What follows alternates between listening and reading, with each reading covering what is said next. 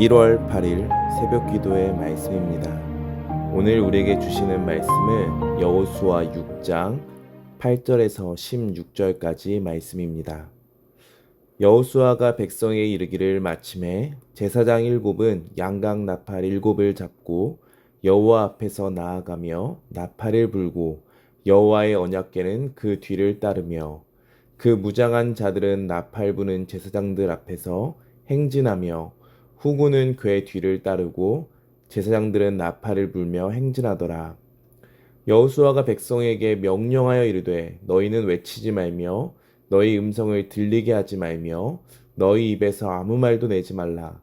그리하다가 내가 너희에게 명령하여 외치라 하는 날에 외칠지니라 하고 여호와의 궤가 그 성을 한 번 돌게 하고 그들이 진영으로 들어와서 진영에서 자니라. 또 여호수아가 아침에 일찍 일어나니 제사장들이 여호와의 궤를 메고 제사장 7은 양각 나팔 7을 잡고 여호와의 궤 앞에서 계속 행진하며 나팔을 불고 무장한 자들은 그 앞에 행진하며 후군은 여호와의 궤 뒤를 따르고 제사장들은 나팔을 불며 행진하니라. 그 둘째 날에도 그 성을 한 번 돌고 진영으로 돌아오니라. 엿새 동안을 이같이 행하니라. 일곱째 날 새벽에 그들이 일찍 일어나서 전과 같은 방식으로 그 성을 7번 도니 그 성을 7번 돌기는 그날 뿐이었더라. 7번째에 제사장들이 나팔을 불 때에 여호수아가 백성에게 이르되 외치라. 여호와께서 너희에게 이 성을 주셨느니라. 아멘. 2025년이 시작된 지 벌써 일주일이 지났습니다. 믿음으로 승리하는 한 해를 보내고 계십니까? 벌써 작정했던 그리고 계획했던 것이 무너져 버리지는 않았는지 한번 우리의 삶을 한번 돌아보고 우리가 다시 한번 오늘 말씀을 기억하며 하나님께로 우리의 믿음의 발걸음이 옮겨지는 오늘 귀한 날이 되어지기를 간절히 소망합니다. 우리가 어제에 이어서 여리고성 전투를 보고 있습니다. 하나님께서 전쟁하기 전에 이미 이기게 하시겠다고 약속하셨고 그에 따른 작전을 설명하셨습니다. 작전 명령은 굉장히 단순했습니다. 매일 성을 한 바퀴씩 돌라는 것입니다. 6일 동안 그렇게 한 바퀴씩 돌고 마지막 날에는 7바퀴를 돌라고 하십니다. 그리고 그 뒤에 나팔을 길게 불고 그 소리가 절정에 달할 때 크게 함성으로 외치면 성이 무너질 것이다 라고 말씀하십니다. 우리가 너무 잘 알고 있는 이야기인데요. 이것이 무슨 작전입니까? 이것이 무슨 전쟁에 이기는 방법입니까? 25년 하나님과 동행하는데요. 올 한 해도 우리 앞을 가로막는 많은 여리고와 같은 문제들, 적들이 있을 수 있습니다. 우리가 그런 순간 가운데 하나님께서 이해하지 못할 것 같은 그런 마음을 주시거나 그런 상황 속에서 할 수 없는 어떤 순종을 요구하신다면 어떻게 하시겠습니까? 마음으로 아는 것과 또 믿는 것과 또 행동하는 부분은 완전히 다른 부분입니다. 순종의 발걸음 한 발을 내딛는다라는 것은 정말 쉽지 않은 부분입니다. 여리고의 핵심은 이해할 수 없는 작전입니다. 기이한 일입니다. 직접 적과 몸과 몸이 부딪혀야 싸우는 것 아닙니까? 그런데 오늘 하나님께서 이렇게 명령하시는데요. 비현실적으로 보입니다. 근데 하나님께서 왜 이렇게 하셨습니까? 이스라엘 백성들이 하나님께서 약속하신 땅 가나안 땅에 이제 첫 발을 내딛었습니다. 그리고 이제 전쟁을 시작합니다. 그리고 이 첫 전투에서 전쟁의 핵심 중의 핵심을 알려주시는 겁니다. 하나님의 명령이 아무리 기이해 보이더라도 하나님의 백성은 신실하게 순종한다며 하나님께서 승리를 주시겠다라는 겁니다. 이것이 바로 하나님의 명령에 담긴 의미입니다. 하나님의 작전은 겉보기에는 미련해 보입니다. 그러나 말씀하시는 겁니다. 승리의 비결은 사람의 지혜가 아니라, 사람의 능력이 아니라 하나님을 신뢰하고 그 말씀에 순종하는 것이야라고요. 첫 전투에서 가르치시는 핵심은 분명한 겁니다. 내가 하는 것이 아니고 하나님이 하시는 것이라고요. 여리고 전쟁에서 이렇게 승리한 이스라엘 백성들은요, 승리한 원인을 누구에게서 찾겠습니까? 그들은 이렇게 고백할 겁니다. 하나님께서 이기게 하셨습니다. 승리의 원인을 하나님께로부터 찾고 온전히 하나님께 영광을 올려드릴 겁니다. 우리에게도요, 올 한 해는 마무리되었을 때 이런 고백이 많았으면 좋겠습니다. 올 한 해 하나님이 하셨습니다. 하나님이 여기까지 인도하셨습니다. 하나님의 은혜 아닌 것이 없었습니다. 하나님 너무 감사합니다. 이 고백을 우리가 들을 수 있었으면 좋겠습니다. 본문으로 돌아와서요. 오늘 이스라엘은 기이했던 명령들 어떻게 생각했을까요? 이스라엘은 하나님을 믿었다라고 고백합니다. 히브리서 11장 30절은 이렇게 말합니다. 믿음으로 7일 동안 여리고를 도니 성이 무너졌으며 라고요.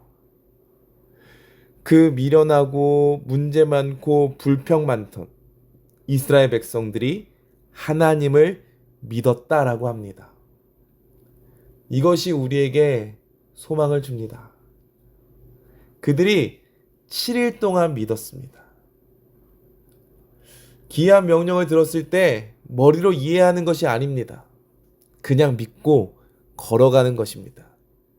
명령 자체는 이해할 수 없었는데 하나님을 믿었습니다.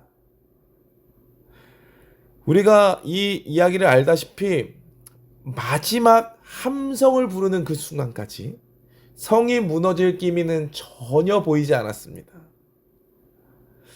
첫날 한 바퀴를 돌고 둘째 날 한 바퀴를 돌 때까지 어떤 조금의 균열이라도 있으면 잘 돌 수 있었을 텐데, 우리 내일 또 돌자 했을 텐데 전혀 기미가 보이지 않았습니다.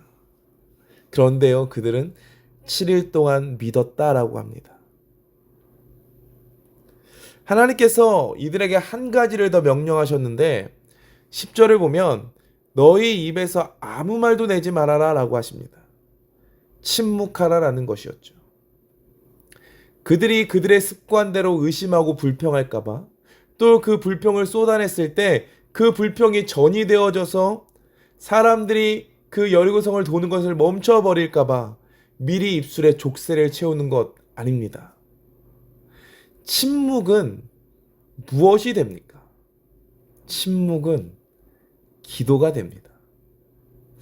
그들이 침묵하며 돌 때 더 많은 하나님의 어떠한 음성들을 깊이 있게 듣게 되었을 것입니다.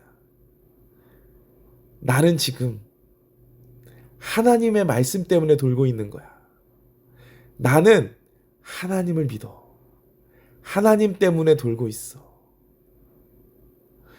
생각을 입술로 떠버리는 대신에 하나님께 마음을 터놓는 겁니다. 침묵은 기도가 되는 것이고요.